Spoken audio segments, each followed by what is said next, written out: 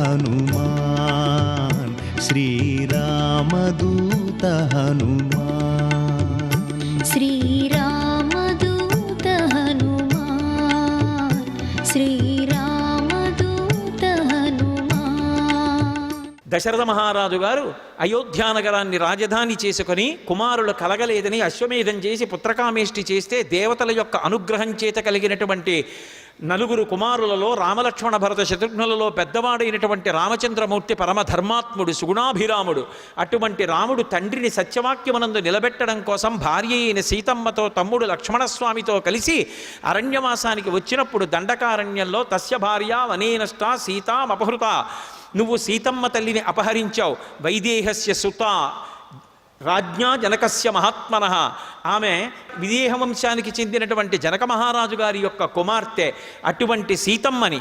ఆ తస్య భార్య వనేనష్ట సీతా పతిమనువ్రత, పతిని అనుసరిస్తున్నటువంటి మహాపతివ్రత అయినటువంటి సీతమ్మ తల్లి యొక్క జాడ నీకు తెలుసు, ఎందుకంటే ఆవిడిని అపహరించి తెచ్చి దాచావు. నాకు తెలియదు అంటావేమో, లక్షితేయం మయా సీత తథా శోకపరాయణ గృహ్యయాం అభిజానాసి పంచాస్యమివ పన్నగీం. సీతమ్మని నువ్వు అపహరించి తెచ్చి ఎక్కడ దాచావో అక్కడికి వెళ్ళి నేను సీతమ్మని చూసొచ్చాను. సీతమ్మ అంటే సామాన్యమైనటువంటి అతివా అనుకుంటున్నావు, ఆమె 5 తలల పాము. నువ్వు విషం కలుపుకున్న అన్నాన్ని ఎదురుగుండా పెట్టుకున్నావు, తెలియక సీతమ్మ జోలికి వెళ్ళావు, నిష్కారణంగా మృత్యువు పొందుతావు.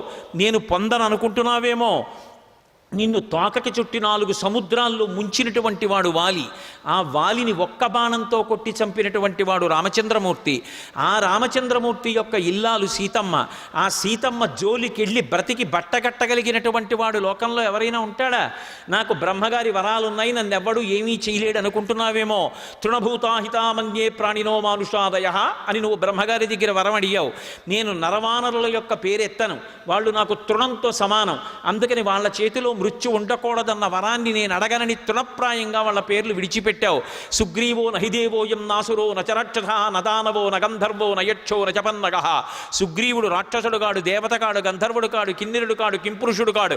కాబట్టి సుగ్రీవుడు నువ్వు అడిగినటువంటి వరాల జాబితాలోకి రాడు. పూర్ణమైనటువంటి వానరుడు మా ప్రభువు, కాబట్టి వానరుడి చేతిలో మరణిస్తావు.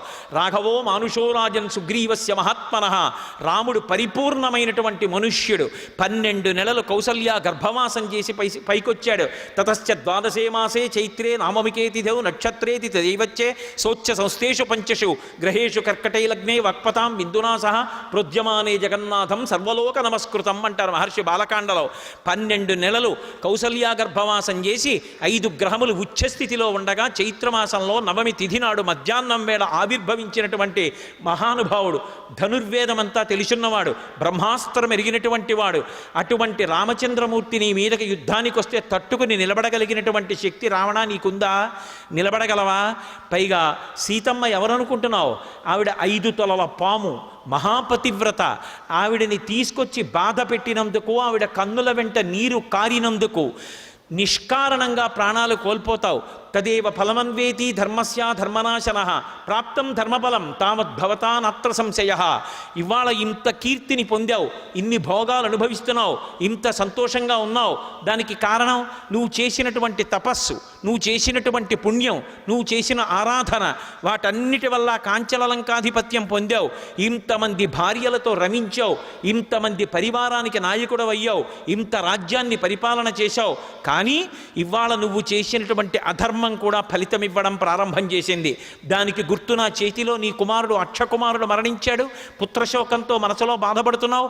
ఇన్ని కోట్ల మంది రాక్షసుల్ని నేను ఒక్కడనే చంపాను, ప్రమదావనాన్ని భంజించాను, నీ భద్రతా వ్యవస్థనే ప్రశ్నార్థకం చేశాను, 100 యోజనముల సముద్రాన్ని దాటి లంకాపట్టణంలోకి వచ్చాను, శింశుపావృక్షం మీద కూర్చుని సీతమ్మతో మాట్లాడాను, ఆవిడ్ని చూశాను, నీ దగ్గరికి వచ్చాను, నీ దర్శనం చేశాను, నీతో మాట్లాడుతున్నాను. ఇది చాలదా నువ్వు చేసిన పాపం ఫలితం ఇవ్వడం ప్రారంభించిందని చెప్పడానికి? కాబట్టి ఇప్పటికైనా తెలుసుకుని రాముడి పట్ల మర్యాదతో ప్రవర్తించడం ప్రారంభం చేయి. రాముడి చేతిలోంచి తప్పుకోగలనని అనుకుంటున్నావేమో. రాముడు ఎవరినైనా చంపేస్తానని అన్నాడా? బ్రహ్మా స్వయంభూశ్చతురాననోవా ఇంద్రో సురేంద్రో సురనాయకోవా రుద్రో స్త్రినేస్త్ర త్రిపురాంతకోవా త్రాతం నశక్త ఇది రామవధ్యం. 3 మాటలు వేసి విశేషణాలు చెప్పారు. బ్రహ్మ స్వయంభూశ్చతురాననోవా, చతుర్ముఖ బ్రహ్మ కావచ్చు, స్వయంభూ కావచ్చు, 4 ముఖాలున్నవాడు కావచ్చు. రాముడు చంపేస్తానంటే ఇక ఎదురెళ్ళాడు. ఇంద్రో సురేంద్రో సురనాయకోవా, ఇంద్రుడు కావచ్చు, సురేంద్రుడు కావచ్చు, లేకపోతే దేవతలకు నాయకుడు కావచ్చు, అడ్డు రాడు రాముడి విషయంలో. అలాగే రుద్రో స్త్రినేస్తర్ త్రిపురాంతకోవా, రేపు నాకు చెప్పలేదంటాడు. చెప్పడానికి వచ్చారు కదా మాట. రేపొద్దున్న రుద్రుడు త్రిపురాంతకుడు త్రయంబకుడు పరమశివుడు అడ్డుపడతాడనుకుంటున్నావేమో. శివకేశవులు అభేదం.